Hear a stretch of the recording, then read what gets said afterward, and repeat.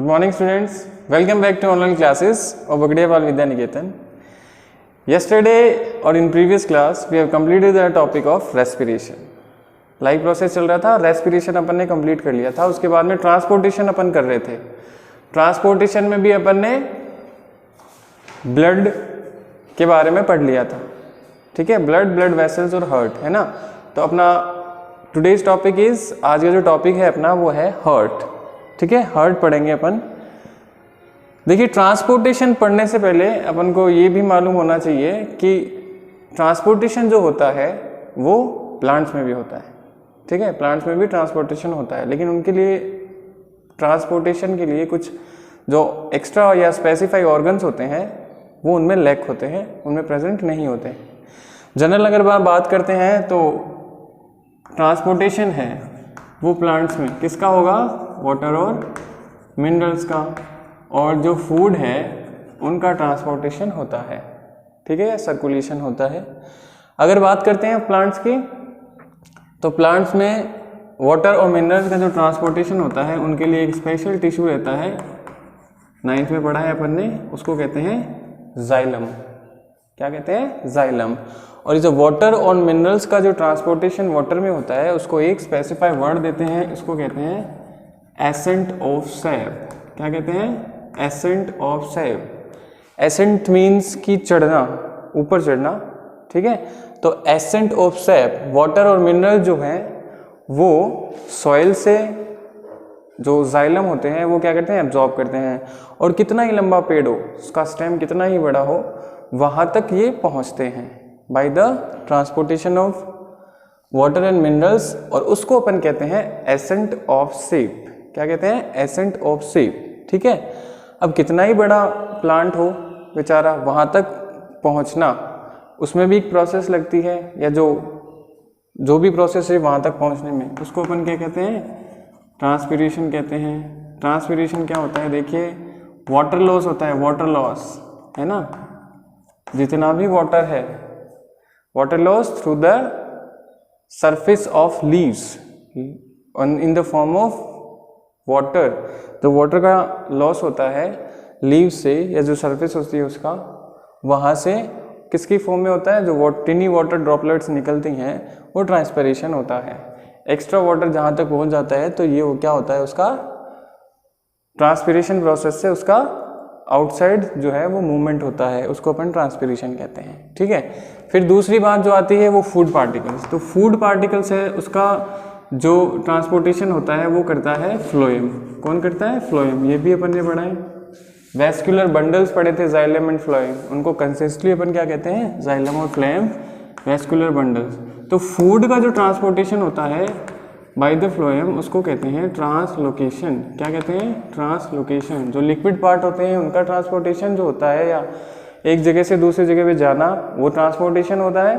और जो food particles होते हैं वो अगर सर्कुलेट हो रहे हैं, वो अगर मूव कर रहे हैं, तो उस प्रोसेस को अपन बोलते हैं ट्रांसलोकेशन. वो होता है by the help of phloem tissue.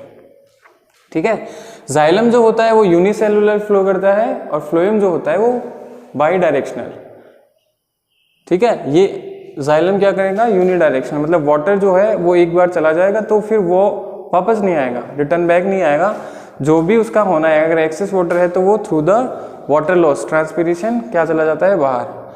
लेकिन जो फ्लोएम है वो जो ट्रांसलोकेशन करता है फूड का, अगर फूड एक्स्ट्रा हो जाता है तो वापस रूट, शूट, स्टेम तक वापस आ जाता है.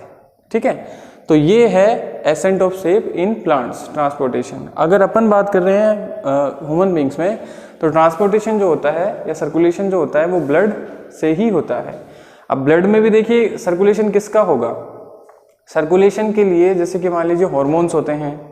हार्मोन्स क्या होता है, केमिकल मैसेंजर्स होते हैं.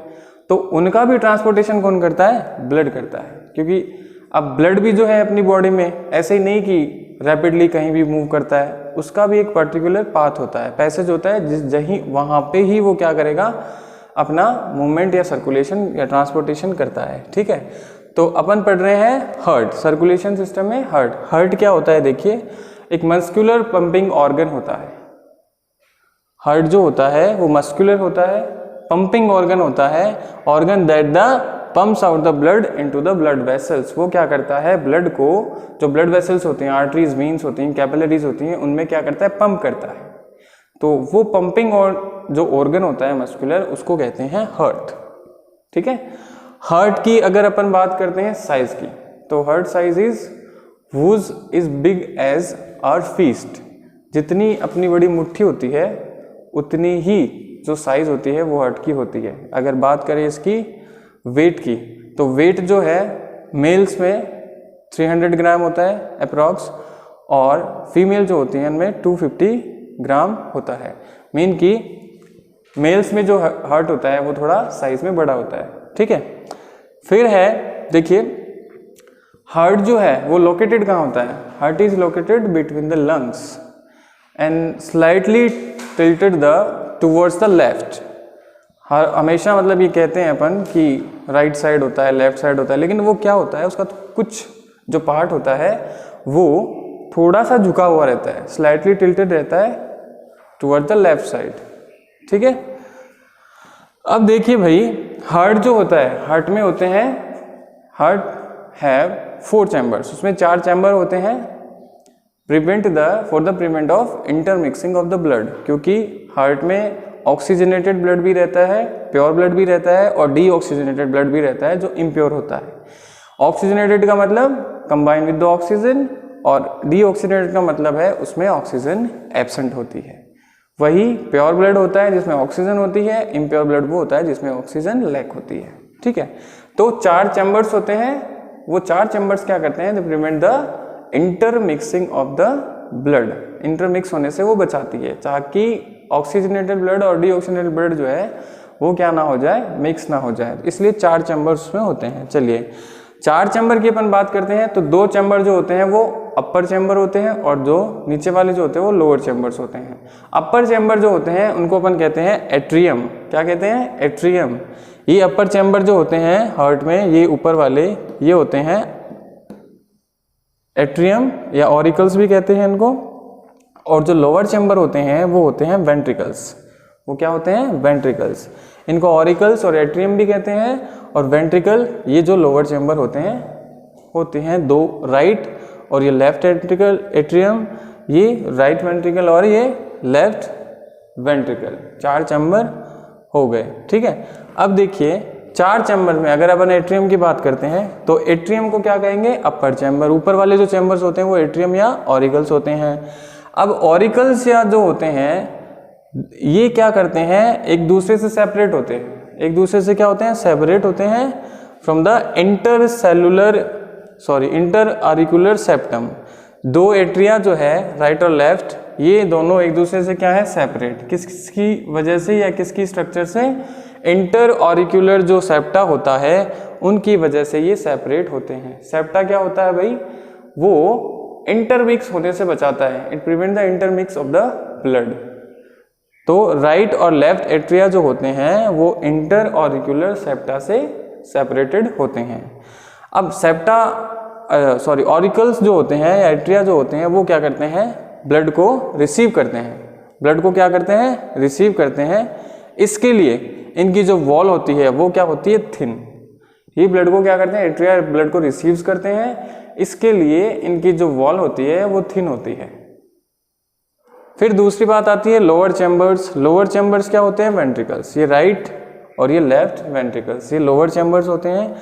ये क्या करते हैं, जैसे कि इंटर ऑरिकुलर सेप्टा था वैसे ही इंटर वेंट्रिकुलर सेप्टा इसमें प्रेजेंट होता है फॉर देयर सेपरेशन। उनका सेपरेशन करने के लिए इंटर वेंट्रिकुलर सेप्टा जो प्रेजेंट होता है। अब वेंट्रिकल्स क्या करते हैं, ब्लड को पंप करने का काम करते हैं, ब्लड को पंप करने का काम करते हैं। तो in comparison of auricles these are the thick walls, इनके पास थिक वॉल होती है, क्योंकि ये पंप करते हैं तो पंप करने के लिए प्रेशर लगता है, इसके लिए उनको जो वॉल होती है उनकी वो होती है थोड़ी thick in comparison of auricles. ठीक है, ये वाली स्ट्रक्चर है। अगर अपन डायग्राम की बात करें तो देखिए ये जो हार्ट शेप स्ट्रक्चर्स होती है, ठीक है, इनमें 2 अपर वाले चैम्बर जो होते हैं वो क्या होते हैं, ऑरिकल्स या एट्रिया। ये राइट एट्रिया और ये left atria. Lower chamber ventricles, right ventricles और लेफ्ट वेंट्रिकल। उसके बाद भी देखो कुछ ओपनिंग्स होती हैं, यहाँ पर देखिए एक तो ये ओपनिंग है, ये वाली ओपनिंग है ना, इसको कहते हैं सुपीरियर वीना कैव। क्या कहते हैं? सुपीरियर, ऊपर वाली सुपीरियर वीना कैव, और जो नीचे वाली स्ट्रक्चर होती है उसको कहते हैं इंफीरियर वीना कैव। ये कॉम्प्लेक्स डायग्राम है, इसके लिए अपन ने ऐसे बनाया, इंफीरियर नीचे वाली और ऊपर वाली सुपीरियर वीना कैव। इस साइड क्या होती हैं? कोरोनरी ओपनिंग्स होती हैं, 2 कोरोनरी ओपनिंग्स होती है। और ये वाली जो स्ट्रक्चर है ये क्या है? पल्मोनरी एरोटा या आर्टरी, पल्मोनरी एरोटा और आर्टरी। ठीक है, यहाँ पर क्या होते हैं? कुछ वॉल्व होते हैं। देखो हार्ट में एक तो होते हैं सेप्टा, एक होते हैं वॉल्स। वॉल्स क्या करते हैं? ब्लड फ्लो को प्रिवेंट करते हैं, बैक फ्लो जो होता है ब्लड का उसको प्रिवेंट करते हैं। सेप्टा क्या कहते हैं? प्रिवेंट करते हैं inter mixing of the blood. तो यहाँ पर क्या होते हैं? कुछ वॉल्स होते हैं। इस पल्मोनरी जो आर्टरी होती है, यहाँ पर क्या होता है? एक वॉल होता है जिसको कहते हैं सेमी लूनर वॉल। क्या कहते हैं? Semi lunar wall. ठीक है, इधर ये जो स्ट्रक्चर है ये क्या है? एरोटा। ठीक है, ये भी क्या करता है? यहाँ पर भी क्या है? सेमी लूनर वॉल्व है। फिर अगर अपन बात करते हैं लेफ्ट एट्रिया की, लेफ्ट एट्रिया में क्या होते हैं? पल्मोनरी ओपनिंग्स होती हैं, पल्मोनरी ओपनिंग्स होती हैं। ठीक है, ये जो स्ट्रक्चर है वो अपनी है हार्ट की, बहुत ज़्यादा कॉम्प्लेक्स है, इसलिए अपन ने ऐसे थोड़ा इजी करके बहुत सिंपल जो है डायग्राम अपन ने बनाया है ताकि अपन अच्छे से समझ पाएँ। ठीक है, ये है हार्ट की स्ट्रक्चर। अगर अपन बात करते हैं pumping of the blood, pumping of the blood, तो सबसे पहले रिसीव जो करता है ब्लड को, ऑक्सीजनेटेड ब्लड को रिसीव करेगा लेफ्ट एट्रिया। ये जो लेफ्ट एट्रिया होता है ये ऑक्सीजनेटेड ब्लड को क्या करता है? रिसीव्स करता है। Left atria receives the oxygenated blood by the lungs through the pulmonary vein. ये जो पल्मोनरी वेन होती है वहाँ से ब्लड आता है ऑक्सीजनेटेड, और वो आता है लंग्स से। लंग्स क्या करता है? प्योरीफाई करता है। एलुवियली पढ़ी थी अपन ने रेस्पिरेशन में, तो वो क्या करता है? ब्लड को ऑक्सीजन देता है। ब्लड में ऑक्सीजन आ गई, इट मीन्स ऑक्सीजनेटेड ब्लड हो गया। वो क्या हो गया? ऑक्सीजनेटेड। तो ऑक्सीजनेटेड ब्लड है, 2 कहानी है, ऑक्सीजनेटेड और डीऑक्सीजनेटेड, याद रखना है, बस इतना ही फंडा है। ऑक्सीजनेटेड जो ब्लड होता है वो कहाँ आता है? लेफ्ट एट्रिया में। रिसीव करेगा लेफ्ट एट्रिया ऑक्सीजनेटेड ब्लड को through the pulmonary veins from the lungs. Lungs से ऑक्सीजनेटेड ब्लड आया, पल्मोनरी वेन से आया, और कहाँ पर आया? लेफ्ट एट्रिया में। अब लेफ्ट एट्रिया में जैसे ही आता है तो लेफ्ट एट्रिया क्या हो जाता है? कॉन्ट्रैक्ट।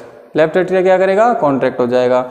लेफ्ट एट्रिया कॉन्ट्रैक्ट हो जाएगा तो इसका जो भी कॉरस्पॉन्डिंग है लेफ्ट वेंट्रिकल है ना, ये क्या करेगा? लेफ्ट वेंट्रिकल वो हो जाएगा एक्सपेंड, लेफ्ट वेंट्रिकल एक्सपेंड हो जाएगा।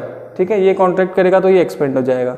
ये एक्सपेंड करेगा देन इसका मतलब क्या है कि जो ब्लड है वो ट्रांसपोर्ट हो जाएगा या ट्रांसफर हो जाएगा ब्लड वेसल्स में, और ब्लड वेसल्स क्या करेगी? उसको पंप कर देगी फॉर द सर्कुलेशन, और वो सारी बॉडी में चला जाएगा। लेफ्ट एट्रिया क्या कर रहा है? कॉन्ट्रैक्ट, और ये क्या हो जाएगा? एक्सपेंड। लेफ्ट वेंट्रिकल एक्सपेंड हो जाएगा, मीन्स कि जो ब्लड है वो पंप्ड हो जाएगा पूरी बॉडीज में। ठीक है, थ्रू द ब्लड वेसल्स। एक तो कहानी ये है। दूसरी कहानी क्या है? डीऑक्सीजनेटेड ब्लड की। अब देखो ऑक्सीजनेटेड ब्लड किसने रिसीव करा है? लेफ्ट एट्रिया ने। ठीक है, अब डीऑक्सीजनेटेड कौन करेगा? राइट जो है एट्रिया वो उसको रिसीव करता है। देखिए deoxygenated blood receive the right atria. अब राइट एट्रिया क्या करेगा? कॉन्ट्रैक्ट हो जाएगा। फिर उसका जो भी कॉरेस्पॉन्डिंग है राइट एट्रिया कॉन्ट्रैक्ट हो जाएगा, तो जो राइट वेंट्रिकल है ये क्या हो जाएगा? डायलेट हो जाएगा। ये डायलेट हो गया, इट मीन्स जो भी ब्लड है वो कहाँ चला जाएगा? थ्रू द आर्टरी वापस लंग्स में for the purification of the blood. ठीक है, बस ये 2 ही कहानी है हार्ट की, एक तो ऑक्सीजनेटेड ब्लड और जो सेकंड है वो है डीऑक्सीजनेटेड ब्लड। ठीक है, इसके बाद जो नेक्स्ट है पंपिंग वो अपन पढ़ेंगे अपनी नेक्स्ट क्लास में।